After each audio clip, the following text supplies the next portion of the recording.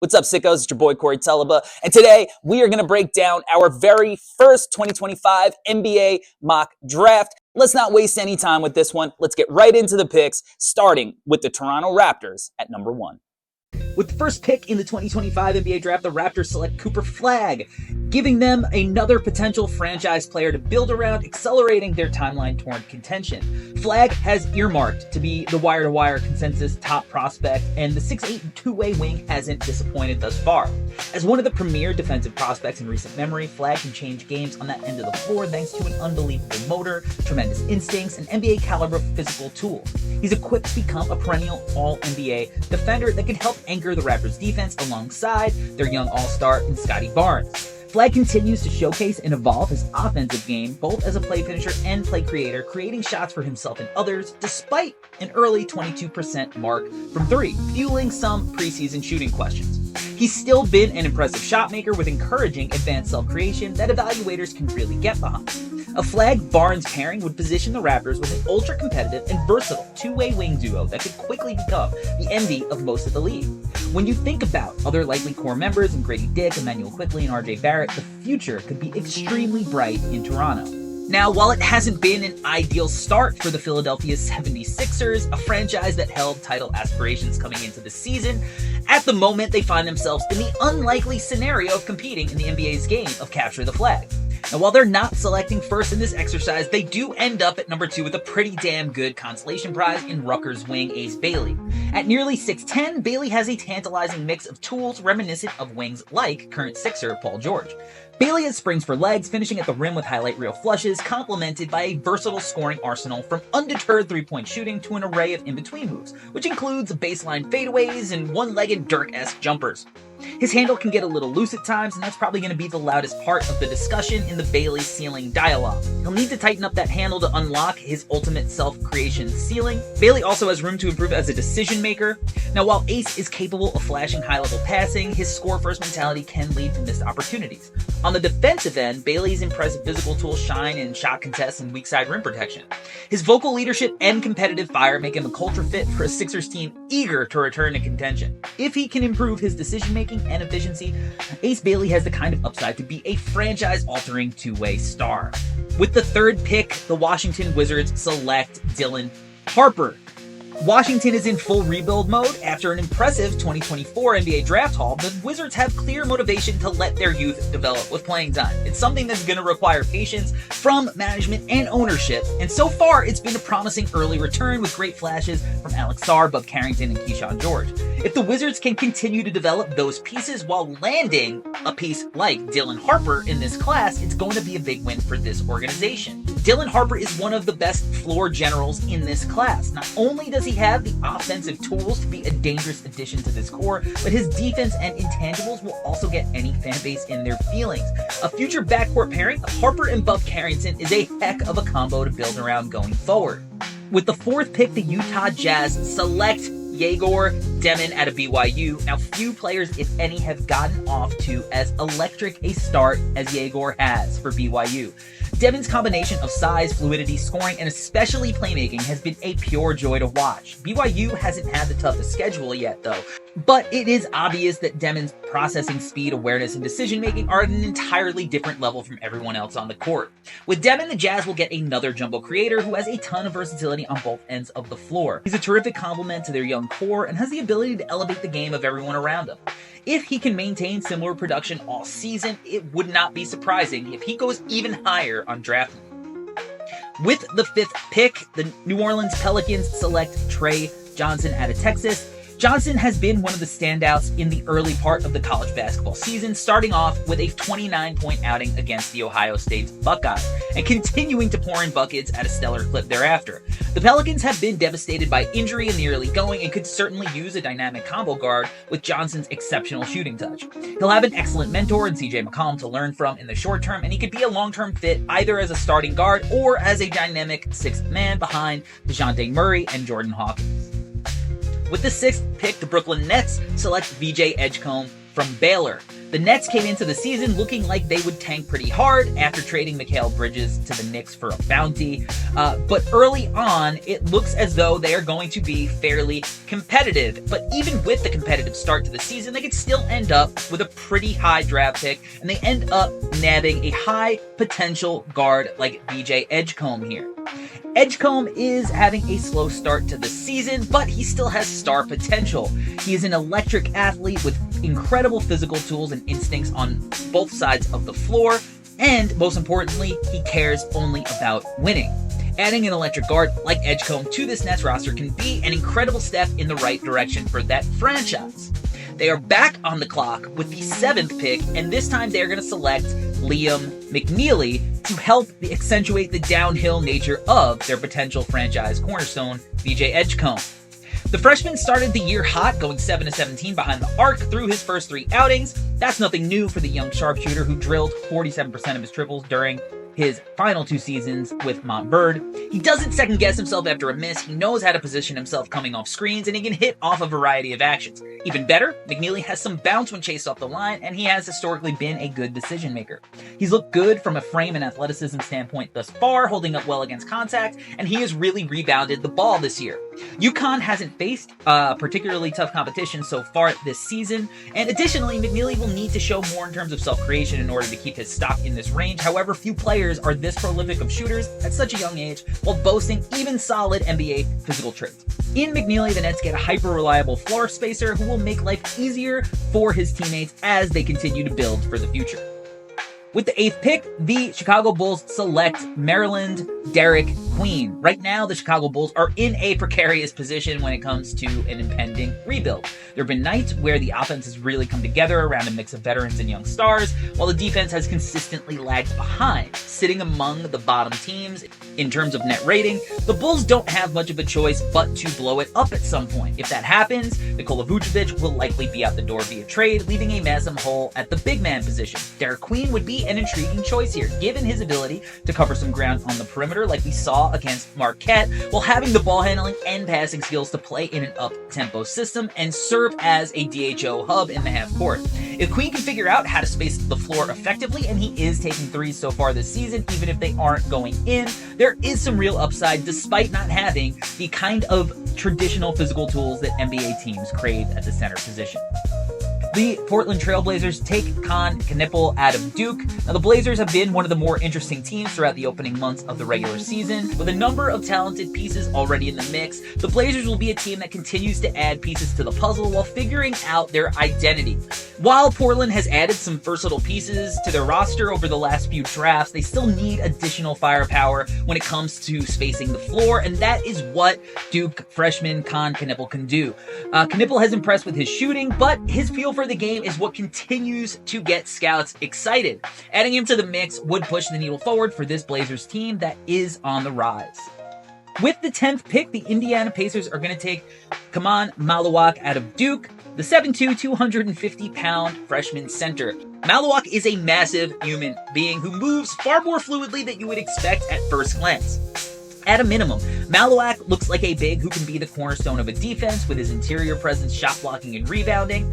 Where things get exciting, though, is on the offensive end. So far, Maluak hasn't been asked to do much more than screen, rim run, and offensive rebound. However, in the past, he's shown some really promising signs of spacing the floor and even showing some ball skills. Maluak could potentially step in early on with the Pacers as a solid backup to Miles Turner and provide some serious size to their bench unit. If the offensive tools continue to develop like we hope, he could grow into so much more. With the 11th pick, the San Antonio Spurs on the clock take Kasparis Yakachonis. Now, the Spurs may end up with 2 first-round picks in a potentially loaded class. That means the Spurs could go in a number of different directions.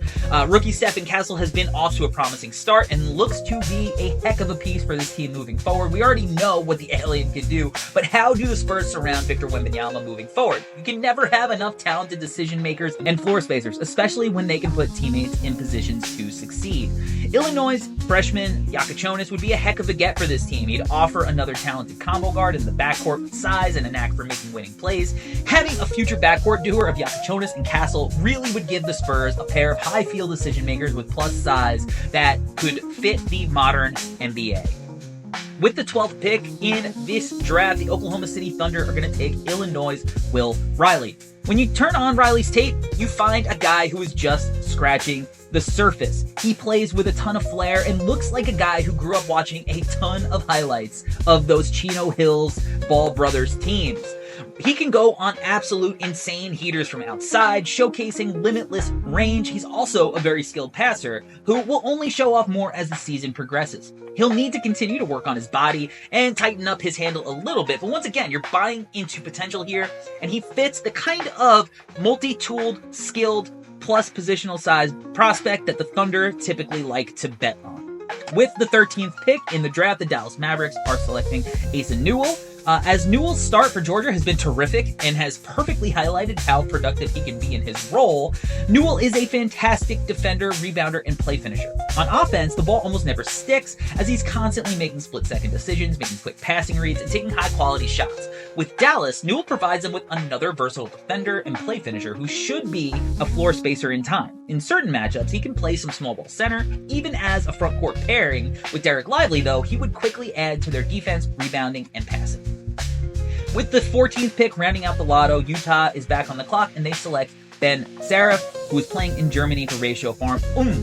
After getting a wing with initiation potential with Demon, the Jazz take a pure scorer who has some secondary playmaking potential in Saraf. The Israeli wing is one of the most versatile and polished scorers in this draft, as he's able to utilize his combination of 6'6" size, body control, ball handling ability, and touch from multiple levels of the floor to finish tough shots around the basket and convert shots off the dribble from behind the arc. Saraf also can contribute with his perimeter defense and his ability to make plays for others at the secondary level. But the self-created scoring is what a team that ranks 27th in offensive rating will value the most.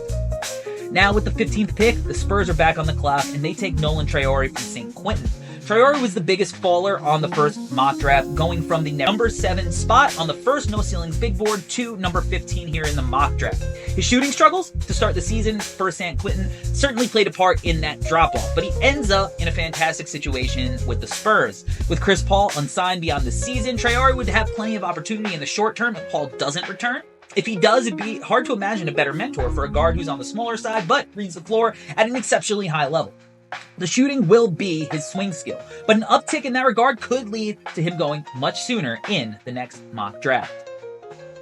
At 16, the Timberwolves are on the clock and bracing for the potential loss of either Julius Randle or the reigning Sixth Man of the Year, Naz Reid, both who have player options for next season. They are going to snag an insurance policy with the big from South Carolina in Colin Murray-Boyles, who hopefully can be impactful from day one. Although he's a bit undersized, Murray-Boyles' defensive prowess and instincts bring immediate value to a team that rode the NBA's top-ranked defense last season all the way to the 3rd seed in Western Conference Finals. Offensively, CMB's mix of ball skills, feel, and vision suits a connector big role that could easily become a steal at this spot if the three-point shooting comes around. The Thunder are back on the clock with the 17th pick, and after a breakout season following a transfer to Colorado State, Nick Clifford returned to school to continue working on his game, a move that looks to have been paying off as he is selected by the Thunder here. Clifford has all of the makings of a versatile two-way wing at the next level. His dribble, pass, shoot, and defense style fits in seamlessly with the kind of roster and offense the Thunder have built since acquiring Shai Gilgeous-Alexander. Now, while many NBA teams have shied away from older prospects in the first round, the Thunder continue to take advantage of finding diamond-in-the-rough prospects by identifying guys who produce in a variety of ways at the college level, regardless of age or conference. With the 18th pick, the Spurs are back on the clock and they take Noah Asenge. With 3 picks in the first round, it makes sense for the Spurs to swing for the fences here and select one of the youngest players in the draft. At just 17 years old, the French forward has carved out a role for Ulm in the German league, where his unique combination of size, speed, and ball handling ability has made him unstoppable for opposing defenders when he attacks the rim. The jumper continues to be a work in progress, but Asenge's profile as an elite slasher could provide the Spurs with yet another offensive weapon to play alongside Victor Wembanyama. The Brooklyn Nets are back on the clock with pick 19. So it makes sense for them to take a bet on a young forward in Donnie Freeman. Freeman has the talent to mesh well with what the modern NBA looks like at the forward position. A projected stretch option with enough spring and length to duel as a lob threat, Freeman's game has ready-made elements to potentially surprise when factoring in his overall size and agility as a 6'9 forward who can also help protect the rim. Every NBA team needs a player who can share time next to a true big while also not hindering the offensive flow and production on the boards. Freeman projects to add those ingredients while not leaving much off the table, coupled with even rangier upside should his ability to take a lead. At pick 20, the Memphis Grizzlies take KJ Lewis from Arizona. The Arizona Wildcat sophomore is a high motor type of presence on the perimeter who just finds ways to make game-changing types of plays. He's started to showcase some serious improvements on the offensive side of the ball, and he'll continue to be a name to monitor throughout the year because of that, as Lewis can be a potential riser in the draft ranks, given his defensive potential and positional versatility. Lewis would be a great piece for the Grizzlies to add to their young core, while also finding a guy who can compete with a team trying to win moving forward. With the 21st pick, the Atlanta Hawks pick Hugo Gonzalez from Real Madrid. The Hawks added Dyson Daniels via trade during the offseason, a move that looks like a home run, but it hasn't been enough to help a defense that is currently ranked 28th in opponents' points per game and dead last in opponent three-point percentage. So Atlanta doubles down on perimeter defense by getting Gonzalez, whose combination of size, strength, lateral mobility, and motor make him one of the most versatile defenders on the wing in this draft. The scoring is a work in progress, and Gonzalez hasn't been able to showcase much as he's playing mostly garbage time minutes for Real Madrid. However, the defensive impact and the potential as a connective player on offense are too much for Atlanta to pass up at this point in the draft. At pick 22, the Orlando Magic take Boogie Fland. Because for a few years now, the Magic have needed more shooting in their backcourt, and additional shot creation to boot. Enter Boogie Fland, a quick, jittery mover with the ball in his hands. His speed and slipperiness make him difficult to contain, and he's able to get where he wants on a consistent basis. He's a tremendous three-point shooter who can get it off in a hurry. Additionally, Fland's passing has looked great so far at the college level, and that selflessness adds another layer of dimensionality to his game. Defensively, his size is always going to be an issue, but he's a dogged point of attack defender who can read the opposing offense. Fland's lack of height and struggles with physicality may be ceiling inhibitors, but he's still a talented guard prospect who happens to fit exactly what the Magic need. At pick 23, with the Magic back on the clock, they're now going to take Alex Karaban out of UConn. Karaban was a bit of a surprise returning to college basketball after UConn's back-to-back titles, as he's had a very good chance to be a first-round pick last draft. In the early going of the season, though, it seems pretty clear he made the right choice. The block numbers and the percentages will surely drop as the season goes on, but Karaban has taken serious strides forward defensively while showing pretty clearly that his offensive game can scale up a little bit. For a Magic team that currently ranks 30th in the NBA in three-point shooting, Karaban's shooting touch and defensive versatility would work wonders. At pick 24, the Houston Rockets select Rocco Zakarsky, playing in Brisbane in the NBL. The Houston Rockets have been one of the most impressive teams early on to start the 24-25 season. With a roster that offers intriguing depth, the Rockets will have the luxury of going in a number of different directions, assuming that they can keep their pick in this class. Houston's done a great job of adding pieces that continue to offer fantastic upside, but there's still potential to add upside in that front court. So Rocco Zakarsky has been a popular name in draft circles early on this year, as he'll only be 18 years old on draft night and has incredible measurements at 7'3". Zakarsky's a little raw, but the tools are exciting to work with. He can turn heads with his rim protection, as well as his ability to be a lob threat in the pick and roll game. Houston could add him to the mix while stressing patience, as he could be a fun asset to release once the rest of his game comes together. At 25, the Brooklyn Nets back on the clock. They select Michael Bruzec. After taking Vijay Edgecombe and Liam McNeely earlier in the draft, the Nets add a very intriguing international talent to their roster with Bruzec. Bruzec recently went down with a thumb injury that'll keep him out of commission for a while, but he's a talent that the Nets will be very excited about. Bruzec is a 6'10 big man with a silky, smooth-looking jumper. He's very fluid for his size and has some quickness to him as well. The body needs to continue to develop and get stronger, but the skills and shooting for a dude his size are very enticing. He's even showed off some passing flair that can't be ignored. It's going to be interesting to see how he plays after the injury, but grabbing a talent like Bruzec at this point of the draft who already has high-level experience could ultimately lead to being a potential steal. At pick 26, the Atlanta Hawks, back on the clock, select Arizona's Carter Bryant. Zachary Richichet is starting to come around. We've already talked about Dyson Daniels. So adding a talented forward with serious upside in freshman Carter Bryant, who has all the tools to be a diamond in the rough in this class, is a strong play at this part of the draft. playing alongside a veteran-filled roster for Arizona, but he's impressed on the court. Tools are fantastic, and he's continued to trend upward with his development over the years.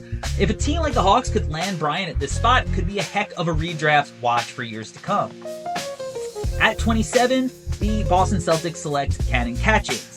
Given that the Celtics haven't taken too many recent swings in the draft on raw, underdeveloped talent, drafting a player like Catchings would technically buck that trend a little, but could prove massively helpful down the line as the current roster ages and becomes too expensive to keep footing the bill.